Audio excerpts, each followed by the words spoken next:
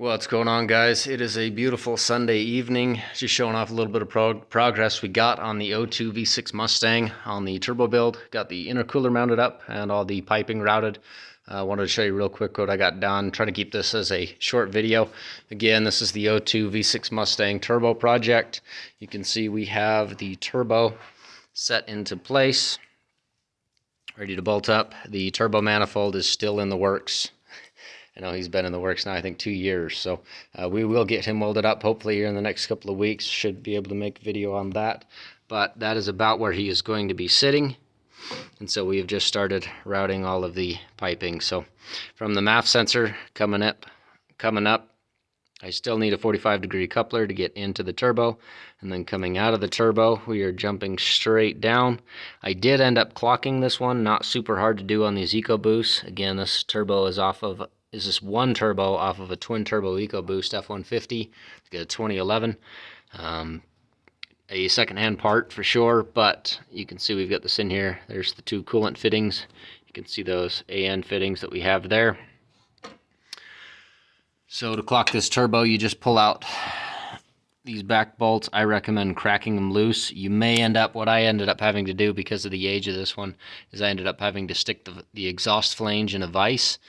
Took the bolts out of this bracket for the wastegate, cracked all the other ones loose, and then had to tap it with a hammer with it in the vise in order to get it to rotate. Was able to get it clocked right where I need it. This is going to work out just perfectly. Shouldn't be too difficult. Still got some coolant lines to figure out where I'm going with and routing, but we're going to continue on, show off the progress we got done so far. So here we are coming out of the turbo and down. I need one straight piece of pipe. Hopefully you can see it. Right there is where I'm headed to. So I got a couple of angles, and then I got to trim that side I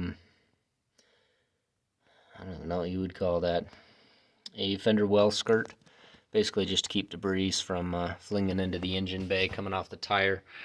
We're gonna go underneath, show off. Well, first we'll show you we got the intercooler mounted up, and all I did is I went into the bumper and actually welded to it. I initially was going to drill through it until I realized just how hard of a metal it was. After about an hour and a half trying to get one hole through it, I could not do it. Seeing as I didn't want to have to break out a torch and try to cut through it, I decided, hey, if it's that sturdy, I'm just going to weld to it. And so that's what we ended up doing. You can see we just have two bolts from the top, welded on a little L bracket. Welded that front bumper. So we have the piping routed from down over here. It horseshoes down and around and over to the intercooler. Got all that routed. And then over here coming out of the intercooler, you can see down there, we're going right through there. Now, so far I've been able to keep all of these, I guess you would call them ducting, at least for the radiator. You can see that plastic piece right there. I was able to use these. These are what are called reds, but these are for cutting tin. These are tin snips, but these are offset reds. And primarily that's what I used to cut these out. I didn't even have to remove the front bumper. It was a little bit of a fight, and you can see those cuts aren't the prettiest, but we still were able to retain those. We're going to go ahead, go down on the underside, show you this intercooler. Got in there, not a whole lot of airflow that's going to be going through it, which I'm not happy about. I'm not sure if I'm going to try to either open this up, or maybe it's just time to upgrade the bumper and get something with a little bit of a bigger opening down here. But we are going to need some sort of a skid plate to try to protect the lower half of this intercooler, as this Mustang does sit fairly low. Not super low, I mean we're at least here, let's see, about 5.5 inches. So you can see here's the intercooler, there's the piping going up and in. This does have the GT fog lights installed, and I was able to squeeze very tightly right above it. It is slightly pushing in on it. I'm not too worried about it right now. You can see I kind of tore that pipe up just a little bit, scratched some of the finished paint off of it. Not a big deal. This is all aluminum piping, so it won't be an issue at all. And then up here, if I can get a good shot. Almost get a good shot. Hang on just a sec. Let me scurry under here a little better.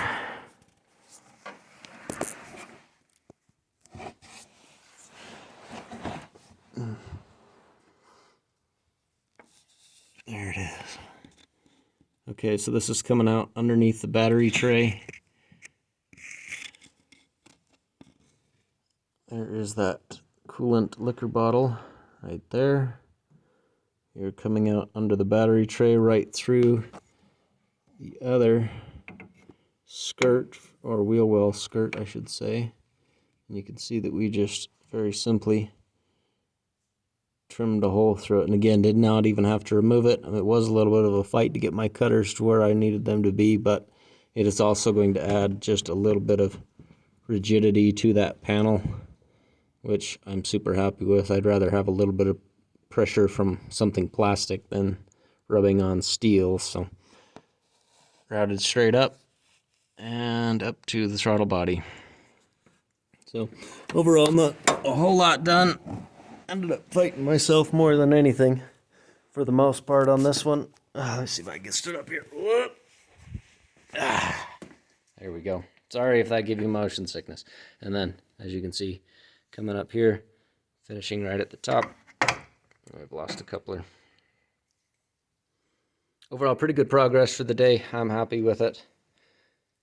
Still got a lot to do. Still got coolant lines to run, oil lines to run, and I may even end up, I'm pretty sure I'm going to end up pulling the motor on this one in order to get the oil drain punked into the top of that oil pan. I really wish I could remove a bolt, or if there was any way to get it into that timing cover, the oil drain, that would be just incredible. In fact, now that I think about it, that might just be the way to do it.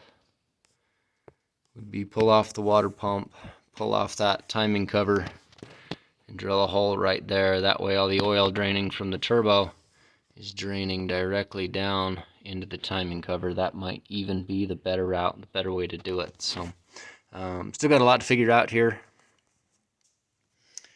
Should be seeing a few more videos from me on the Turbo Mustang. We've also got inner fenders ordered for that red 69 F100. Hopefully I get to do a video on that one as well. Hope you guys had an excellent weekend. Get ready to kick some ass tomorrow. Here we go.